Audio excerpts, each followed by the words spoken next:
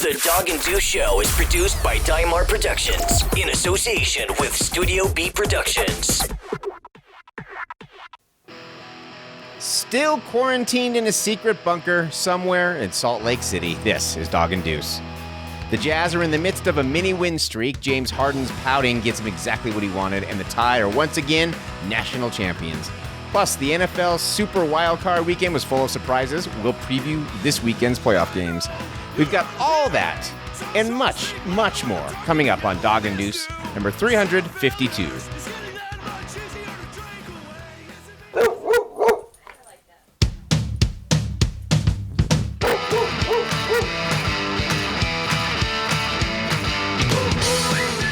From Studio B in Salt Lake City, this is Dog and Deuce. Join the conversation at doganddeuce.com or send an email to doganddeuce@gmail.com. Thank you for listening to episode 352 of the Dog and Deuce Show. If you want to know more, and I sure hope you do, follow along at doganddeuce.com.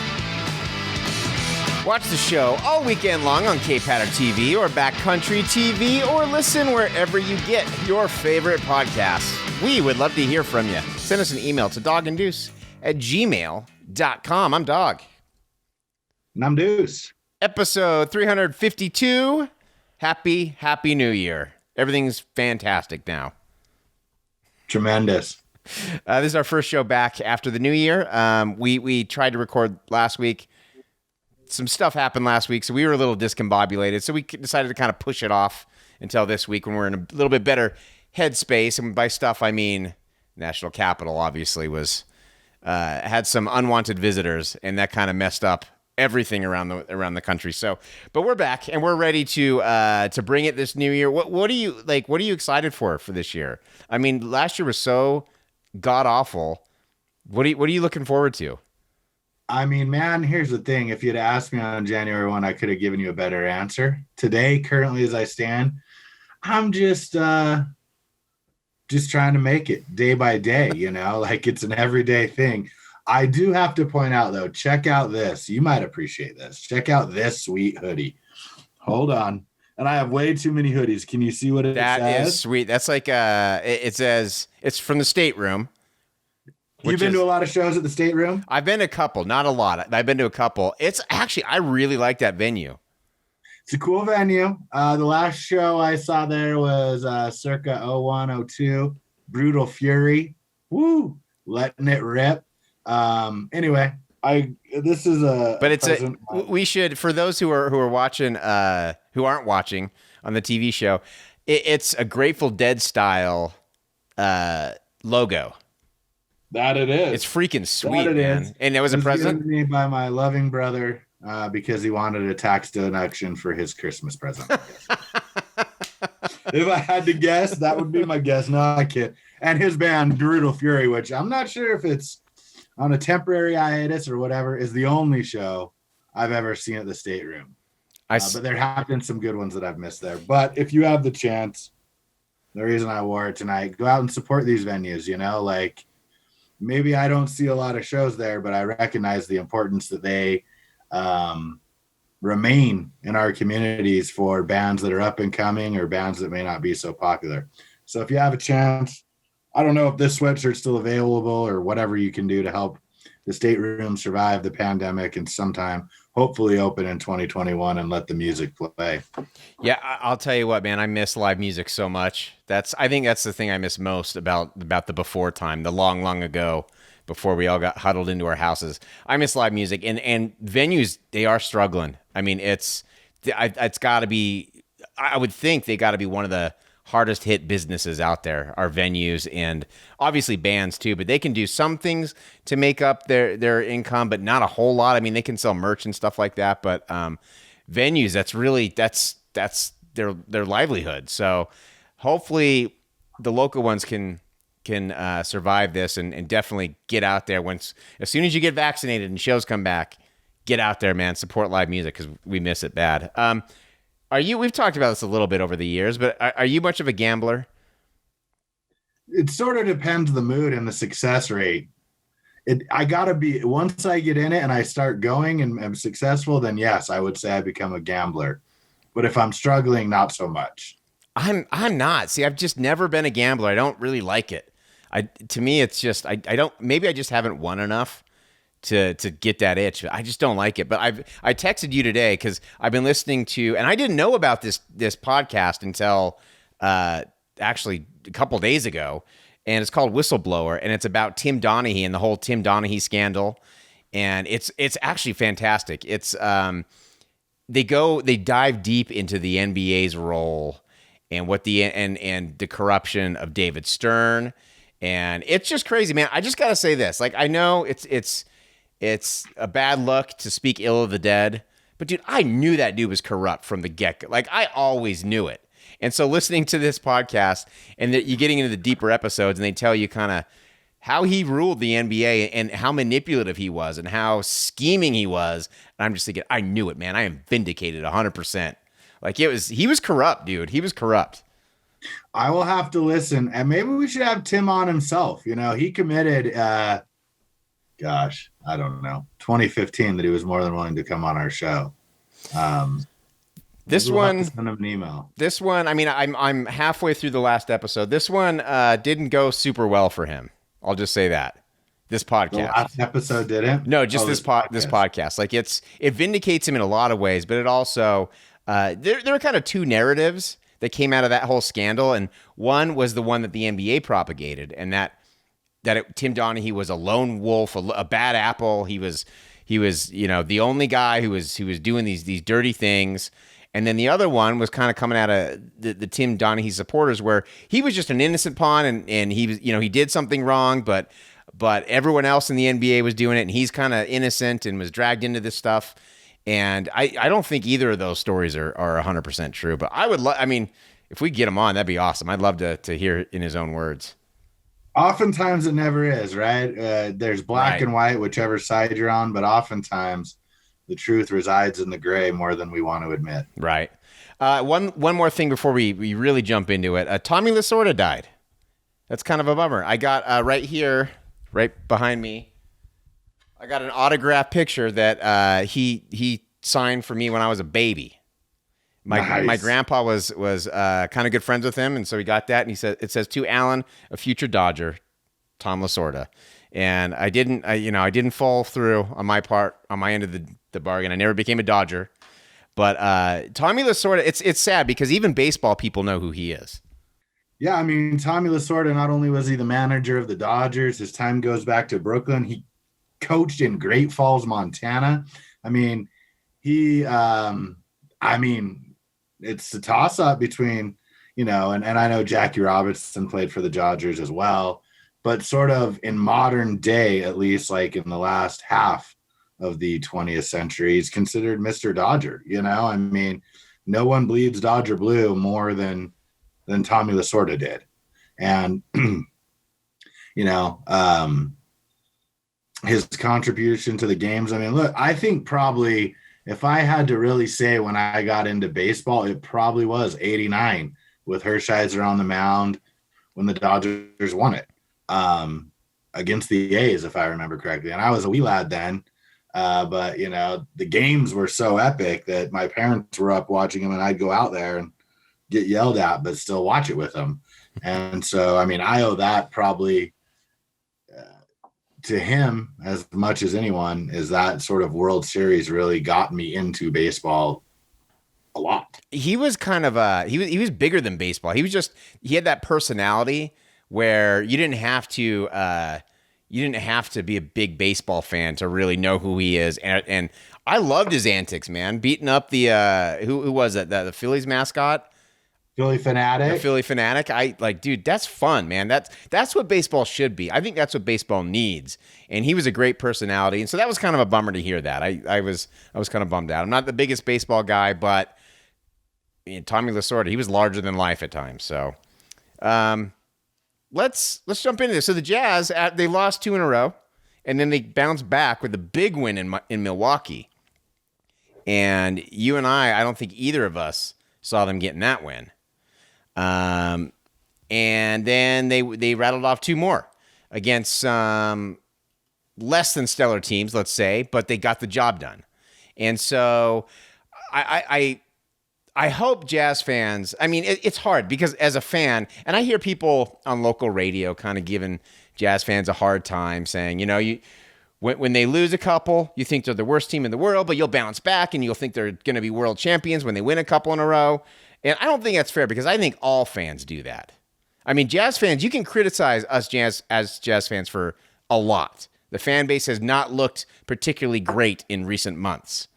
But that is not one thing that I think should be pinned on Jazz fans because I think any fan of any team goes through those motions. So it's a lot more fun when they win 3 in a row against Milwaukee, Detroit, and Cleveland. The game tonight against Washington was postponed. And then they got to move on. They got to play Atlanta, Denver, and New Orleans. And that'll bring us up to next week's show. They have a back-to-back, not back-to-back, but they played the Pelicans twice in a row, both home games, Tuesday and Thursday next week. But starting off with Atlanta, what do you? I mean, do you want to just run through this real quick and make? Yeah, but let me say something first, if I could. I mean, I agree with you. First of all, like if these people that you speak of are relying on Jazz fans to be rational, they're not. No fan base is, whether it's Utah, BYU, Utah State, Utah Jazz, New York Knicks, LA Lakers, et cetera, et cetera. But I do have to, and I don't know if this is part of the Jazz fans' complaints, and we hit on it last week, is the lack of consistency. Like, sure, we're on a 3-game winning streak now. I wouldn't say the win over the Pistons was overly impressive, although the margin doesn't really demonstrate how much they were winning by throughout the game. The Bucks win, impressive, obviously. And really, I would call on us to be sort of reconsider. Granted, last week we were shell-shocked when we picked these games. But if we know anything, the times when you can almost be assured that the Jazz will win or it will be a really close game is a game that everyone says they shouldn't, where they're the clear underdog, right? And then trouncing the Cavs, that was never a game from tip. I mean, at one point it was, 74-47? So while they're beating up on the Pistons and the Cavs and, playing remarkably well versus the Bucks, there still remains a lot of questions for me about can they get to a level of consistency that, Jazz fans can settle on being content with. The highs are great, and the lows are so low. I still don't know. I mean, they're in second place. I think they're 7-4. Is that right? They are. Yep, 7-4, tied with the Clippers and the Suns. I don't know if the Clippers ended up winning tonight, but as of this recording, tied with the Clippers and the Suns. Right. And then, I mean, the crazy part is, if you look, they're 1 game ahead of 8th, and they're in second. Right? I mean, 8th is 6-5. So these are all it's sort of misleading. And they really need to start just imagine if they went 2-1, they would be in 5th place. So again, they need to put together wins and show consistency for me to have faith. I mean, look, and I think you could say this with a lot of good, and I'd say the Jazz are bordering on a very good NBA team, not there yet, but I think they're good, bordering on very good. And you could say this though with a lot of teams, right, that are in that category of trying to find their spot in the pecking order of the Western Conference. And it's this: the consistency is important because of what I just said. If we go on a 3-game losing streak right now and it's 7-7, well, you're probably out of the playoffs, at least over a week period. And so putting together a consistent path that sort of allows, look, you can't be having Dono and Rudy play all these minutes on a shortened back-to-back season and expect them to be fresh for the playoffs. They do need to play consistently to put games in between themselves, wherever they might find, but at least not games between themselves and the 8th position. I don't necessarily care about 1, 2, 3, or 4, but them and not making the playoffs. It will be interesting to see how it plays out. Yeah, and here's the thing. We watch the Jazz closely, so we're more we have more firsthand knowledge about the ups and the downs. But this is not these kind of ups and downs aren't unique to the Jazz. That's the thing. Like last week we were talking about it. The Jazz were playing like garbage. They just dropped 2 in a row to teams they should not have lost to. It was Brooklyn without Kevin Durant and the Knicks of all teams. And in both those games, I think, if I'm not mistaken, they were up big. And then opponents mounted a comeback. And so we were bummed, and it was not looking good. The Jazz at that point were, 5-4. We were kind of down in the dumps, but every other team was about 5-4 too. Like, this is not unique to the Jazz. These kind of things happen. And that's why at the end of every season almost, the Western Conference is so tight.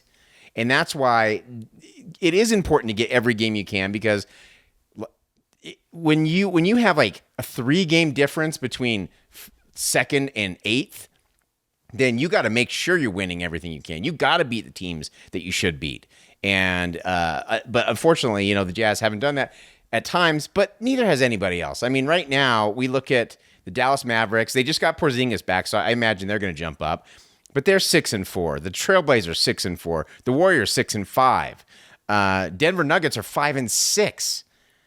Houston Rockets, obviously, we're going to go into that. They're a dumpster fire, which is nice because it should open. I mean, we'll see what happens when they get Oladipo, but it should open up another playoff spot for the Jazz. Like it should make it a little bit easier to jockey for position when you're going into the playoffs.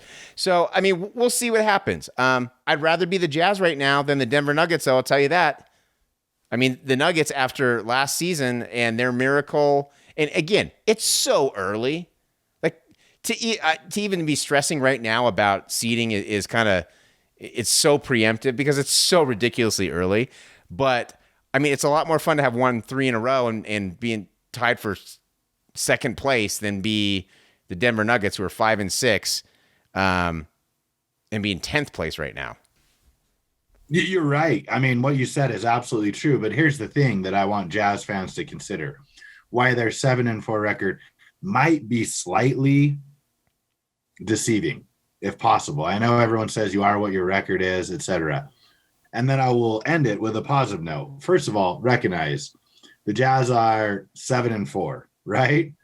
And if you look at their schedule as it pertains to who they've played, it's not exactly, I mean, you throw out the Clippers, you throw out the Bucks, the Nets crushed them, but 3-4 of their wins are against some lower caliber Eastern Conference teams.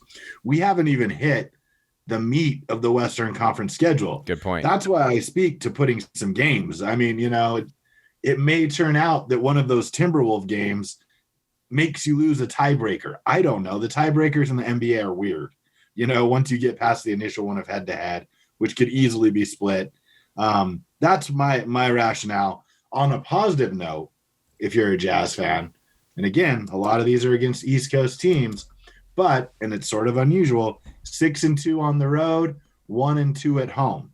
Meaning, what? They have a 5-game discrepancy with games played on the road.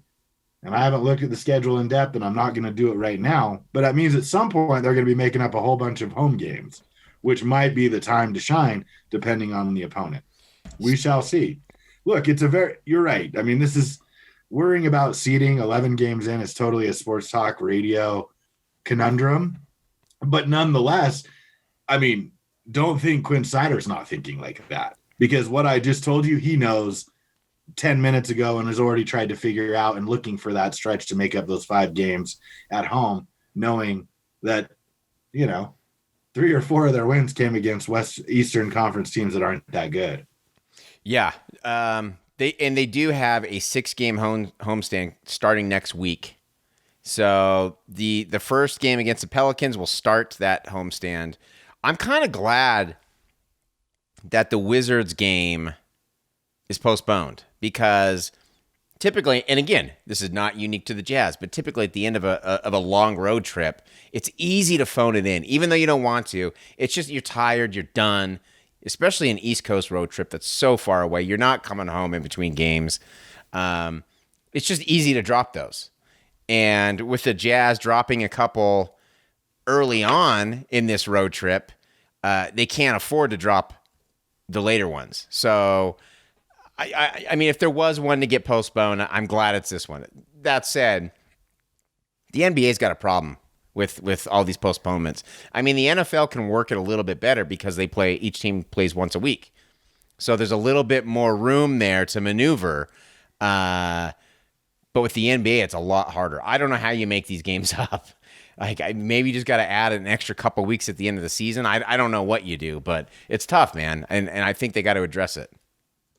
That's a great point. Look, I mean, there is talk of regional bubble play for the NBA, and then maybe coming to a city sooner than we're even discussing. You know, I mean, cancelizations. You're right. For the NFL, I mean, they didn't cancel a game the whole year, which is pretty wild, right? I didn't think that was going to happen. Postponed and played on bizarre days in the middle of the afternoon on a Tuesday, but they got them done.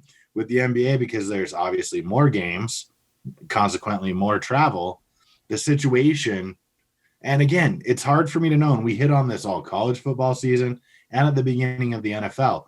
You're seeing some real pushback, not necessarily from the superstars, you know, but I did see like George Hill, a former jazz man, say, if I want to see my family, I'm going to, which I can relate to and understand, but recognize like on the off chance that one of your family members has it, you're putting the whole team at risk and consequently possibly the whole NBA on some level. So whatever Adam Silver needs to do to get buy-in from the players is extremely important.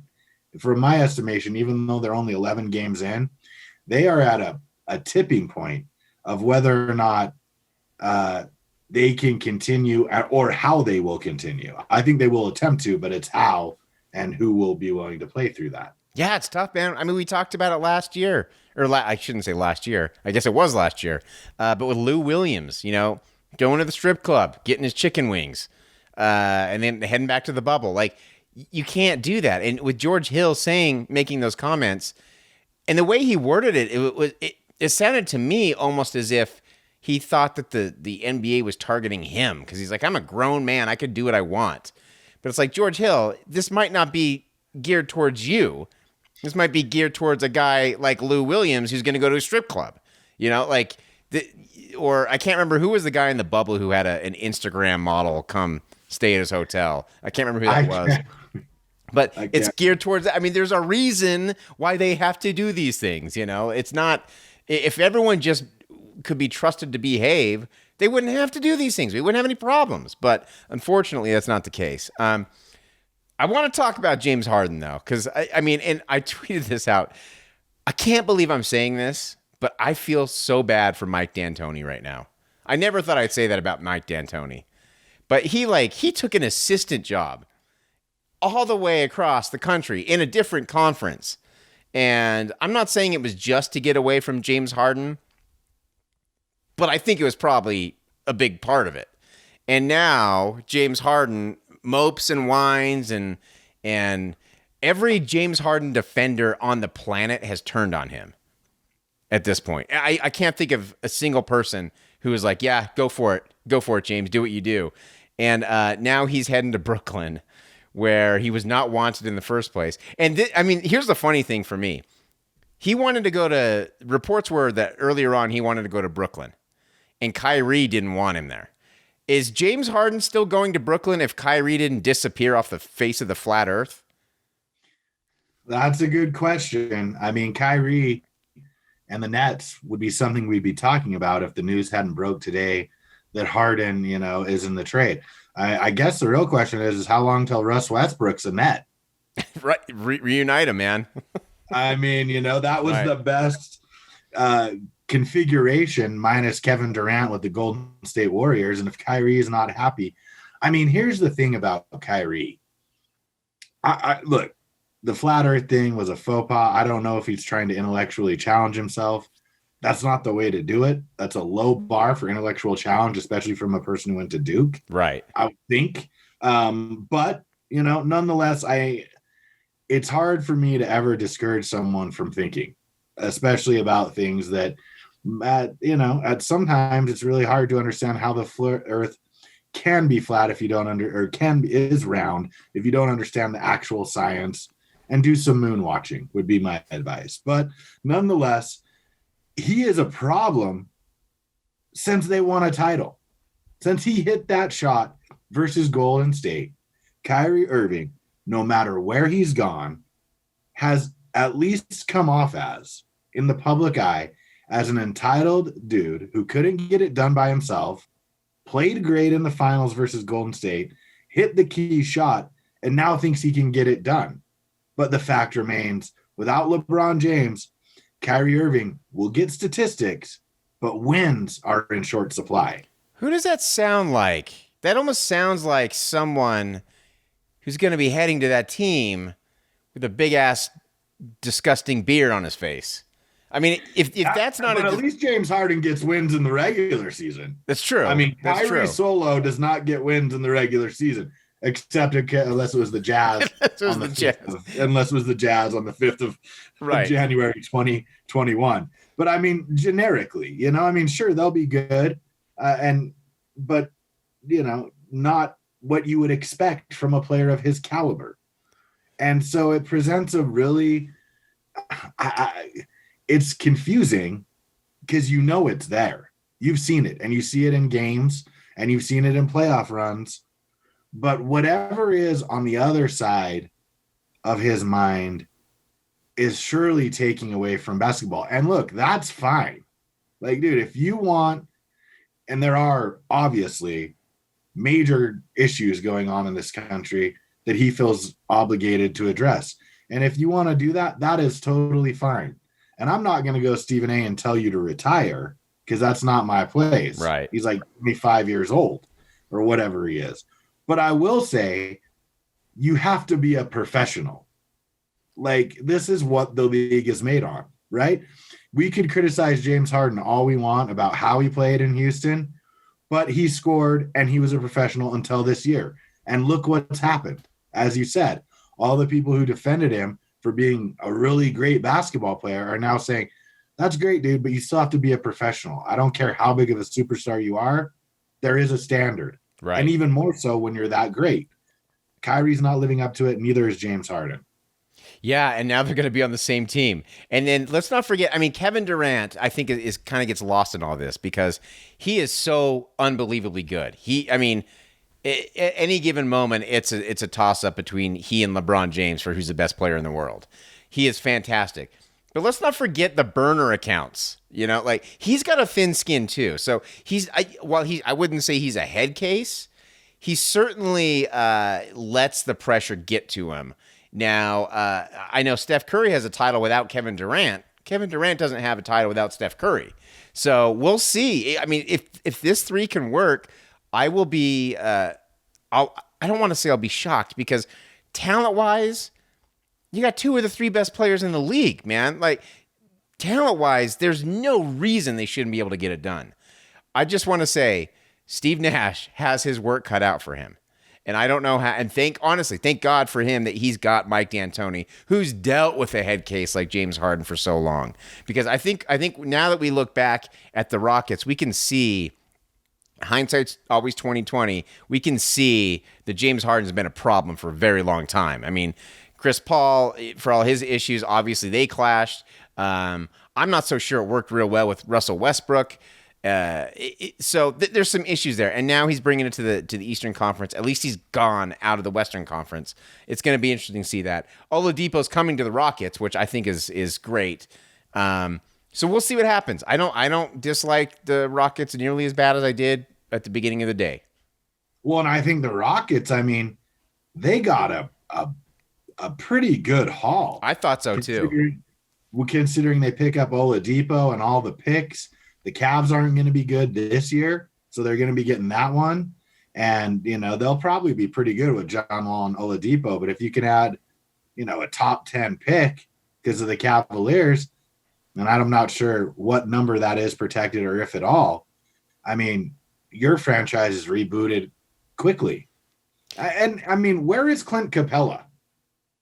Do you remember when the Rockets had a real chance at winning the title? It was Harden and Paul and Clint Capella. Clint Capella, I think, horrible.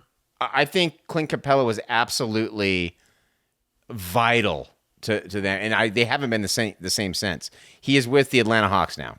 Great. That's right. So when the Jazz play the Hawks, that's another center that's going to give Rudy some trouble. Great. Here's a funny thing, I'll take this one on the chin. I always wanted the Jazz. I can't remember. I think it was the year where Cantor and DeMarcus Cousins in the same draft class. Maybe. I always wanted the Jazz to draft DeMarcus Cousins, especially when we had like Salon and Tyrone Corbin. I felt like his skill set would fit the offense they were comfortable in running. But one thing you can say for sure is DeMarcus Cousins is by no stretch of the imagination a level-headed person sometimes, right? Like DeMarcus Cousins has had his outbursts. He's throwing people. Just 2 nights ago, he got a flagrant 2 for his foul on LeBron James. But listen to what he had to say about James Harden and find that you might become enlightened. Obviously, it's disrespectful, but everyone has a right to their opinion. We feel a certain type of way about some of his actions. This is a nasty business, and that kind of stuff gets swept under the rug. You deal with some of these things. When guys are in positions of being the franchise player, whatever the case may be, it usually becomes a nasty breakup. And then he goes on to say, just the approach to training camp, showing up the way he did, the antics off the court, the disrespect started way before last night. This isn't something that all of a sudden happened last night. But with that being said, this is just a nasty part of the business. So it is what it is. He was basically saying James Harden never wanted it to work, wasn't a professional. And if DeMarcus Cousins can recognize that, you're in a situation. Dude, Boogie Cousins out of line. Boogie Cousins is calling you out for being unprofessional. That's a problem, dude. That's a big problem. If he's even being like, dude, come on, like you got problems, man. You're not doing it right. Yeah, John Wall, he said some things too. That he was a little bit more candid, or not candid. He had a little bit more candor, I should say. He disguised it a little bit better, but you could tell he was pissed off. I do like the team now, like I do. They're not going to be quite. I don't think they're going to rack up as many wins.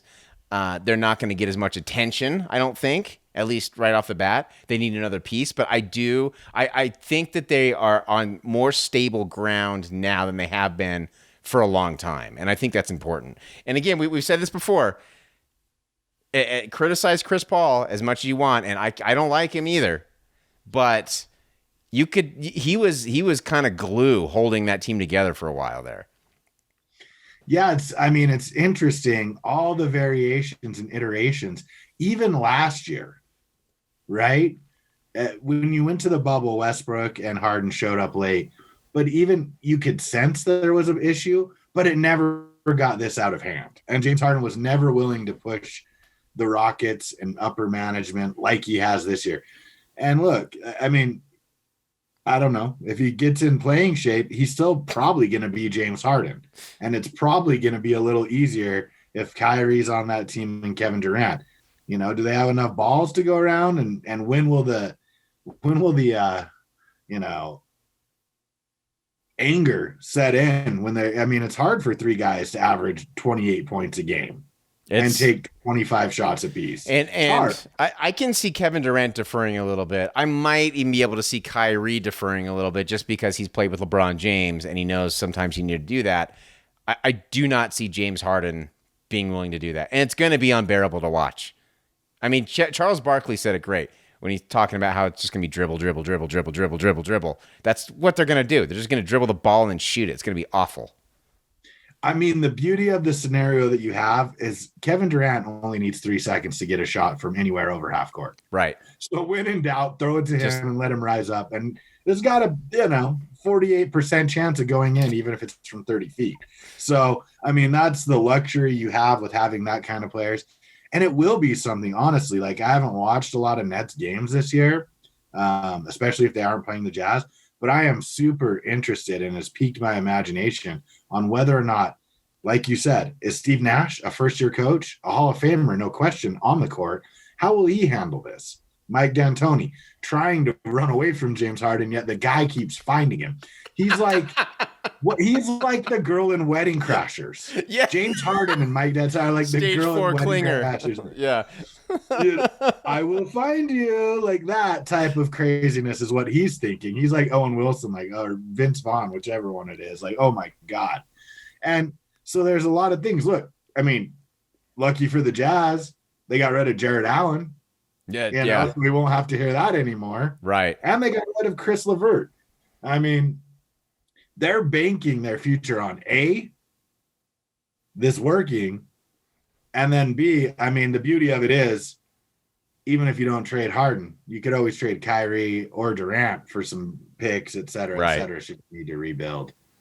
We'll see. I'm going to be glued to Brooklyn to see what happens. I really am. And I just wonder if Kyrie Irving was the one holding up this deal before, are they willing to go forward with it if Kyrie is still around? Because it almost feels like, okay, you're going to disappear on us? All right, we'll bring in the guy you didn't want us to bring in.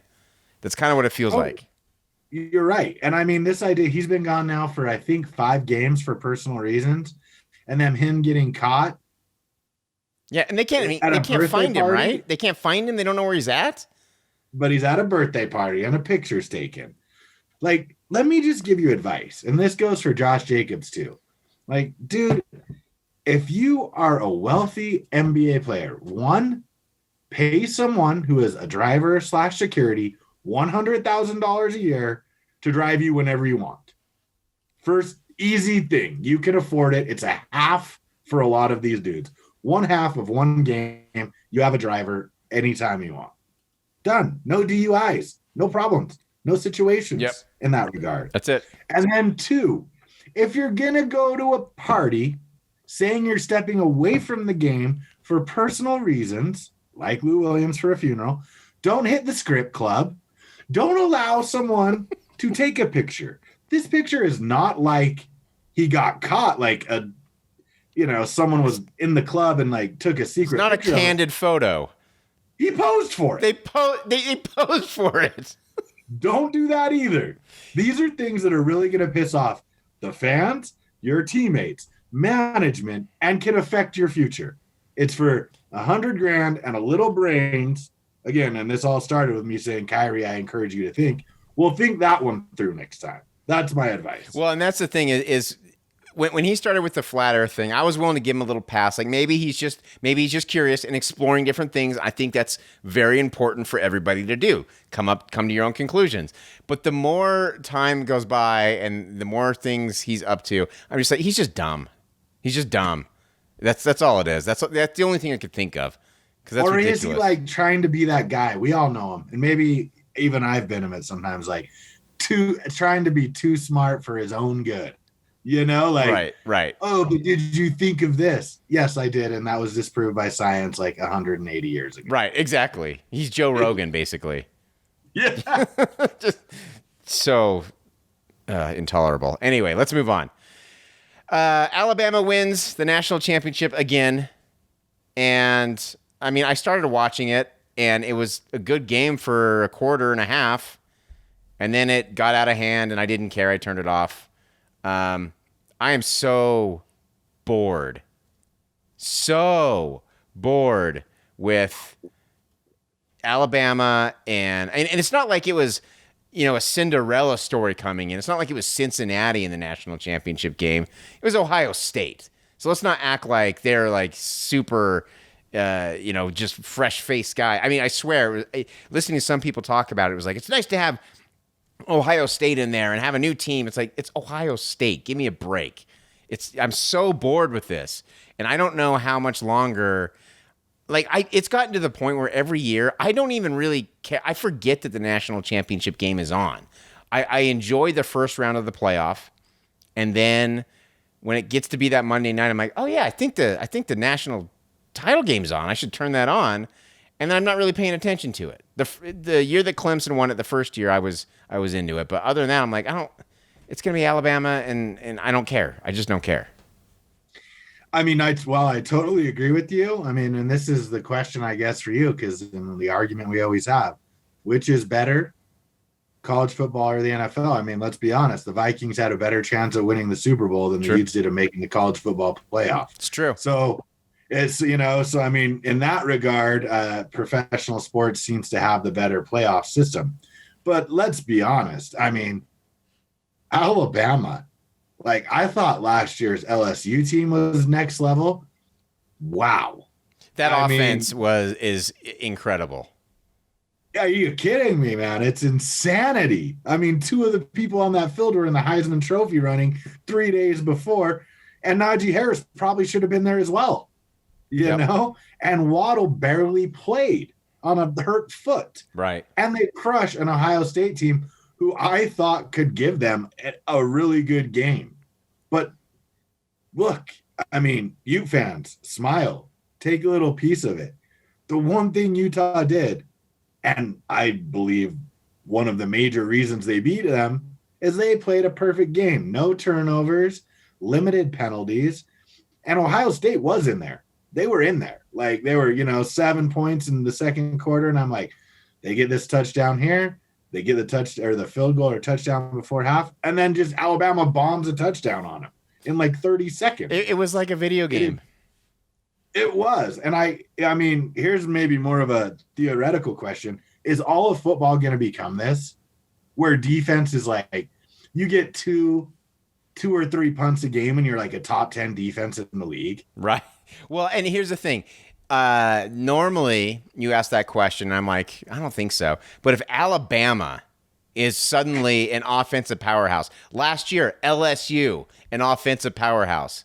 If these SEC defensively strong teams if offense is suddenly going to become their MO, yeah, dude, I think the tide is turning a little bit. Pardon the pun. Well, and we should give credit, and and our listeners know that I hate to do this, and I'm biting the side of my cheek.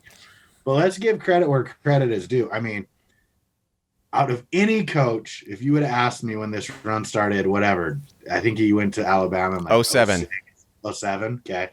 07, so 13 years ago, that Nick Saban would be willing to adjust. I mean, his offense, it's amazing. Like each era that he's won a title and was ground and pound. I mean, he had Greg McElroy winning a national championship, handing the ball off to Derrick Henry or Ingram or whoever it was at that point, right? And then you've seen him be willing to sort of go with the trend and go air raid throwing the ball around 60 times a game. It's crazy. You got to give him credit, I mean, and you see sort of Whittingham's development, I think, at least here locally, to try to do that because he sees the way it's trending. But the fact of it remains, and granted, he gets a boatload of recruits, but you still have to implement it and do it. And when you're winning national titles, why would you? But he saw the writing on the wall and did it. So give him credit. I mean, that's pretty impressive. I mean, Greg McElroy, did he have Brody Coyle, or was that before his time at Alabama? I don't know. But there's a list of a lot of not very good quarterbacks who have won national titles at Alabama. And, Mac Brown won't be that dude. No, definitely not. So here's why I'm sick of. I mean, it's just not even fun anymore. 2009 Alabama national champions. 2011 Alabama national champions. 2012 Alabama national champions. Then we move into the college football playoff era. They are in the national championship game in 15, 16, 17, 18, and 20. I mean, I'm done, dude. Like, I don't care. I get it. It's parity. I want to see some parity. That's why do people like March Madness?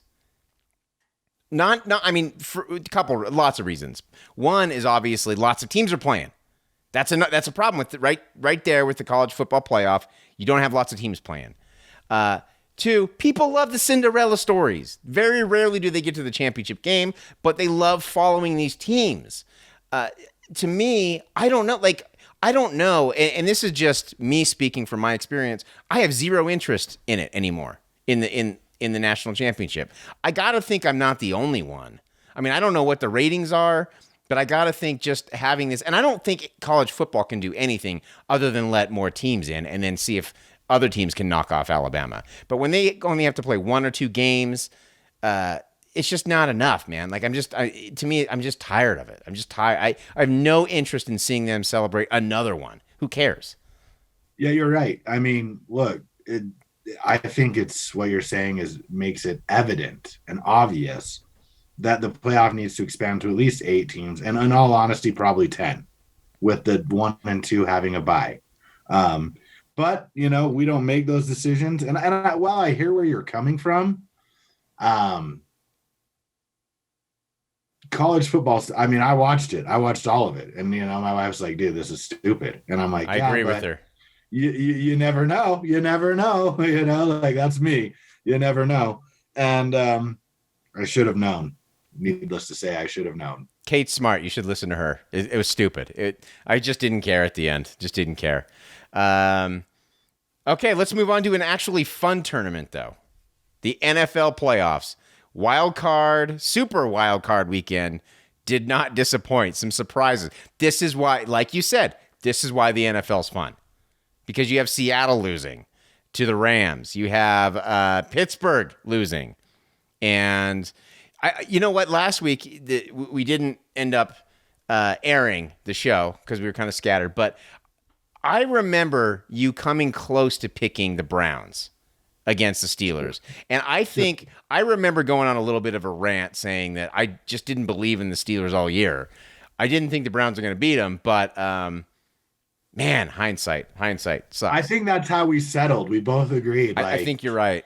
It was kind of like, we don't believe in the Steelers, but it's the Browns still. Right. They got to prove it to us. Right, exactly. And they did. They did. And they did. 28 donut, to quote Randy Moss. 28 donut in the first quarter. The Steelers, did fight back and make it somewhat interesting towards the end of the game. And this is why I hung on in the national championship game, because it was 28-0 in the first quarter. And again, the missus is like, this is dumb. And I'm like, oh no, way too early. And then it started to get close. I'm like, see? And then it didn't in the national championship game. But yeah, wow, what a crazy weekend, right? Yeah, it was fun. The Washington football team even pushed the Bucs a little. Rams defeat the Seahawks. Colts and Bills, epic game. Titans had a chance at the end to tie it, let me down and didn't. Tannehill threw an interception. My Bears, good God, anytime you hold the Saints to 21 points and you play, here's my one criticism of the Bears. Matt Nagy, like, dude, you backed into the playoffs with the help of all the people for whatever reason, and God, you got into the playoffs. No one expected you to win that game minus dumbass me. Why are you playing? Dude, I'm surprised. Why are you playing for freaking the second half of the season? Like, let's go. It doesn't hurt that Wims drops the touchdown. Dude, Jimmy you Graham, could not have that sums up the Bears so perfectly. Like, finally, you get a good throw. Like, you get this is the most perfect pass in the history of any playoff game ever. How do you not catch that ball? That's your job, dude. That's what you're paid. That's the only job you have, is to catch a football. That's all you have to do. Yep. And, anytime you can hold the Saints to 21, you should get a win. It speaks to the changing development of Peyton down there. That defense was in beast mode. I did get some joy. And maybe this is sort of some like residual frustration with Drew Brees for everything that happened months ago. But when he went for that dive and he's like, I told you we were going to get it. And I was like, that's not in. I did get a little chuckle. That was fun. No, we don't let 42-year-old men score the Chicago Bear from the foot line. Nice try, buddy. That's not going to happen. That's not how we roll. You know what? I did too. I had a little chuckle of that. It's fun. It was a fun weekend. Unfortunately, you went 2-4. I went 4-2. It could have easily gone a couple different ways, though. So that's where we're at. I mean, we're wiping the slate clean. I mean, as far as our records go for the season, we start over in the playoffs. Clean, and I'm already down 2. You're already down 2. And there aren't many games. There are 4 games this weekend. We'll see where we're at. This is a tough one to pick. This weekend is so tough to pick. I kind of went back and forth on a lot of them. We don't have a ton of time, so let's jump into it. First game on the docket, Saturday afternoon, Rams at Green Bay. Man, there's so much depending on this game on how I would pick if I had a little insider knowledge. Like, first of all, how's Aaron Donald? How's his ribs? That dude's a beast. That's a big one. Big beast. Packers offensive line is in a little bit of turmoil. How's Jared Goff's finger? Right? I said to you, I don't know if you remember, about 6 weeks back, I said, look, it's not Aaron Rodgers and the Packers offense that makes me not confident of them. It's whether or not that defense can play up to the level or even close to the level the offense does every week. We saw it last year.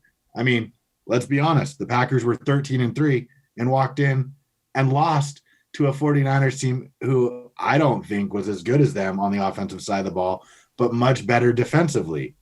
What you have here is if the Rams are at full strength on the defensive side, their defense is very similar to what the 49ers brought to the table last year. A few mistakes by Aaron Rodgers, a fumble by Aaron Jones or Jamal Williams, the game could be totally different. Having said that, it's on the tundra. And these California boys don't like cold. I'm picking Green Bay just because of that. Honestly, if it wasn't in Green Bay and it wasn't cold, I'm not sure I'd be picking Green Bay right now. And I know that's crazy because I think they're favored by at least a touchdown. But to me, this game's too close to call, and that's what's putting it over the edge for me. And they're going to let fans in, unfortunately. And they're letting fans in. Man. So, a few Wisconsin people can make your life miserable. Trust me. Yes, I know. They can. I speak from experience, and I'm going with the Packers for sure. Moving on, Baltimore, Buffalo. This is going to be a very interesting game. This one is one of the more intriguing matchups of the weekend, I think. Lamar Jackson's fun to watch. As long as he's not throwing the ball, I really like Baltimore's chances because Buffalo, Zach Moss is hurt. They don't run the ball at all. So I don't know, man. To me, with that defense, that Baltimore defense, I think it's going to be easier for them to shut down the pass. They're going to force them to run, and I'm not sure Buffalo can do it. So I'm going to go with Lamar Jackson and the Ravens. Yeah, I mean, that seems like the logical pick here, right? I mean, the question remains, though. That defense is good in pass coverage, whether it's Peters, Humphreys, all of them, right, for Baltimore. The run game won't be there, but Josh Allen is different in the sense that he's more agile than some of the other players that Baltimore had faced. I mean, Tannehill is more than capable of moving in and out of the pocket, but I'd say Josh Allen's better. I like Buffalo's defense. I like the track of their season, the maturity of their defense, and getting better throughout the year. I'm riding the Bills, man. I'm riding the Bills. Let's go, Buffalo. Probably not a bad pick. We got 4 minutes left. Cleveland and KC. I love to ride with the Browns. It's a great story. I was telling Jess during that Pittsburgh game why it's such a big deal that the Browns are winning because they just don't ever win. I think the run comes to an end now, though, because it is Kansas City. You're right. I mean, look, I'm picking Kansas City, but I'm hoping for a shootout, right? Yeah. Like the Browns proved, and granted, the Steelers defense was without some of their key players, but it doesn't matter. They're all professionals. They're all trying to stop the Browns from scoring, and they put up 48 on the Steelers. They're going to have to do that to beat KC. The question is, can Baker Mayfield stay that clean? I mean, he's going to have to be perfect. I would guess not. Got to go with the Chiefs. Plus, you got to defend that Patty Mahomes shovel pass. Truly. Which has become a staple for every team in the league now, I swear. It's so Urban crazy. Meyer saying thank you. Yeah, you're welcome. Seriously. Tampa Bay at New Orleans. I mean, this is the marquee game, right? This is the marquee game. It's these two old quarterbacks.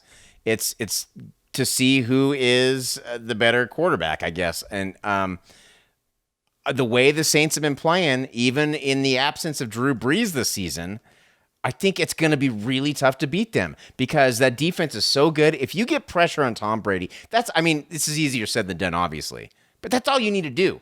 He's not good. And this is going to sound weird because he is the greatest of all time, but he's not that great. He's not very special when you can get pressure on him, when you make him rush and hurry. And I think if you can do that, I think New Orleans is going to have a really good chance. I think they're going to find the defense. Their offensive attempts are going to be a little bit easier, not playing that Bears defense this week. So I'm going with New Orleans.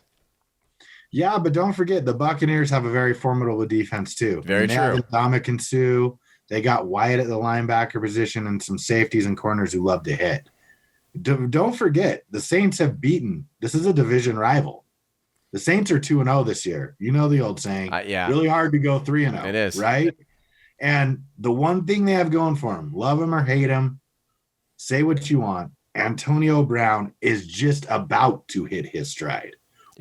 And Antonio Brown, it's weird to say and think of, but as a wide receiver, he can make a pass rush ineffective. You can throw Antonio Brown a screen and almost be assured he's going to pick up 5 or more yards every time. That's right? what he does. If he has one blocker. That's what he does. So, yeah, exactly. Right. And so for this reason, and the reason that Tom Brady is behind center, I must go with the Buccaneers. But I hope it's an epic game. I hope it is. I really hope it is. I hope it's not a blowout one way or the other, because this is kind of what the NFL wanted. You know, they wanted these two marquee quarterbacks facing against each other, especially with Tom Brady. What can he do without Bill Belichick? I mean, that's the question. That's been the question the whole thing. We've seen what Bill Belichick can do without Tom Brady. Not so great. But what can Tom Brady do without Bill? That's the story of the playoffs right now, I think, other than the Browns. But I think that run's going to come to an end. So this is going to be fun. I really hope this is an epic game, one for the ages. But the NFL does not disappoint, unlike college football in the playoffs. Just not as good. I think we kind of have this debate of whether college is better than the NFL. And I just like the pageantry and everything about college. But you definitely got me with this one. Mark this a check mark in your category, because I'm telling you, man, college it's just not good. The postseason is just not nearly as good. And I only bring this up, right, because you brought up his name, Bill Belichick. Thank you. I mean, look, I've complimented Nick Saban. Right. Now Look I'm at going you. to compliment Bill Belichick. It's a hard day on the Dog and Deuce show. I don't like doing this, but when someone does something good, you got to give them their props. Thank you, Bill Belichick, for restoring faith minimally in humanity and not accepting the Presidential Medal of Freedom. I mean, we all know Bill Belichick's connection to the Naval Academy, his love of the Naval Academy, his love of the service and people who serve our country. For him to do that, given, I think I would be safe to say, his support of the president at times throughout his 4 years in office, for him to say now's not the time, now's not the place, I'm not going to take it, really is, I mean, bordering on heroic. It is. It's hard to turn down a Presidential Medal of Freedom. Yeah, it's very admirable. So good on him for doing that. That is going to do it. Episode 352. We'll be back next week to talk some more Jazz basketball, talk some NBA, and hopefully the country will be all sorted out by then and no more problems ever again. James, make that happen for us, will you? Do us a solid. I'm on it. Okay. We'll hold you to it. All right. Until next week, though, we do want to hear what you think of the show and anything going on in the world of sports. Send us an email to doganddeuce@gmail.com. I'm Dog. And I'm Deuce. And we will see you next week. Thanks for making us a part of your quarantine.